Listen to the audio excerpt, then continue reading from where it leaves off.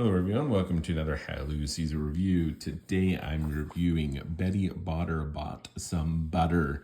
Say that 10 times fast. This is a tongue twister game. It is designed by Su Young Yun and illustrations by Won Jung Jil. It is published by Playte. This is a Korean publisher, and it is a really fun little tongue twister game. It's very simple. It's going to be a lot of tongue twister cards, and it is for 2 to 6 players, and it takes about 15 minutes. There is 98 word cards and special cards. So there are some special cards scattered throughout this, but let's go ahead and open it up. It's got a small little box, will travel well. The instructions, pretty straightforward here.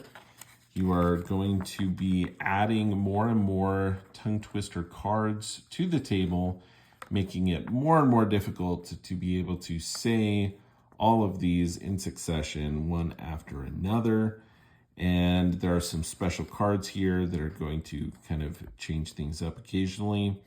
But you're going to continue to play until a player gets basically 6 penalty cards in front of them, and whoever has the least number of penalty cards at that point is going to be the winner. So the instructions actually lay this out really well. There are some examples here, but very easily understandable, provided in English here.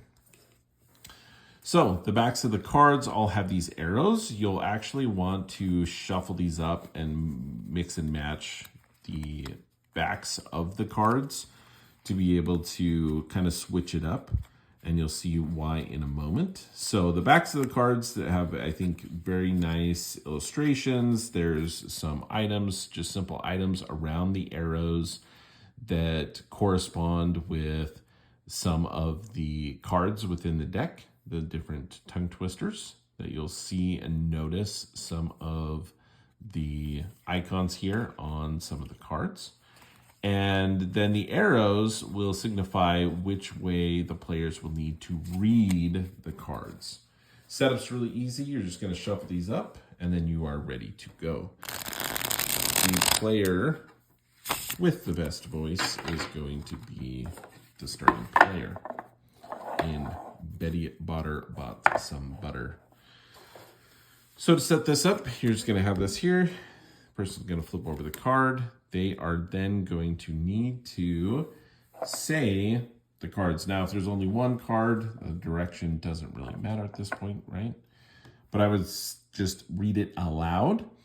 Then you have basically someone, or the other players are going to be the judges here, in that the cards read, the terms, they need to be read correctly. They cannot, make a mistake. That is a failure. Or if they pause too long, that would also be a fail. And the individual, wherever they failed, if they read through a card and get to a new one, or if they read this one, strange strategic statistic, they can't say that in the time, you're going to actually take this card, and that person's going to take that card as a penalty. They would place it in front of them to signify they have one card, and it would go to the next player. They would, again, if there is no card, you would pull one out. You don't normally replace a card or add a card after a failure, but if it was only one, which again would be fairly rare. But as the cards come out, now again, there's more than one, the arrow now signifies how these need to be read, right? So they need to be read left to right. So I have to read this one too. Strange strategic statistics. Shy Shelley says she shall. See, I can't even. I'm not the best at this game. Shy Shelley says she shall sew sheets, right? So we have some nice, fun tongue twisters, and you have to read them in that in that direction. If I'm able to do it successfully, if I'm able to do any of these successfully, you continue to add cards on to the end. Now, for the next person, you'll notice the arrows switch directions. So now they have to read this new one first and then over. Flash, fresh, fashion, shy, Shelley says she shall, so she, strange, strategic statistics. Whew, see, that wasn't that bad. And as you go along, again, wherever, so if I messed up, maybe I get through flash, fresh, fashion, then in this one, as I'm reading, shy, Shelley, then I have to take this one as the penalty. We can just slide that over. Then it would go to the next player. They would not draw a card because there's already cards out there to play. All right. So again, you can get multiple of these cards out. If you're successful, you're going to draw a card and you place it either at the end of the line here, which you can continue to do, or you can add it on top of another card. And this is really interesting because a little bit of strategy here is if you come up with one and maybe you're like, hey, this is a more difficult one, 5 fresh fried fish. Maybe I think someone would have a harder time with this, or maybe there's one that I'm struggling with, I could cover it. But what happens is if I think one is fairly easy, I can cover it. And then in a future round, if someone were to actually make a mistake on 5 fresh fried fish and they mess that one up, they actually not only take that card, but they also take the card or cards underneath it. So now they have 2 penalties. So it makes it weightier on if you make that mistake. And that can definitely swing the game, right? If you have we had a large stack, me and my wife were playing, and that definitely put a lot of pressure and made it so I had a chance in that game, right? So other than that, there are also some special cards. So let's see if we can find some of the special cards here. There's one here. If it's flipped over, you get to return a penalty card. So if you're lucky enough to get that, you just simply get to discard a penalty card, which is nice if you are the one who gets to draw that. A lot of these are like that. So then there's this one, though, which increases the difficulty.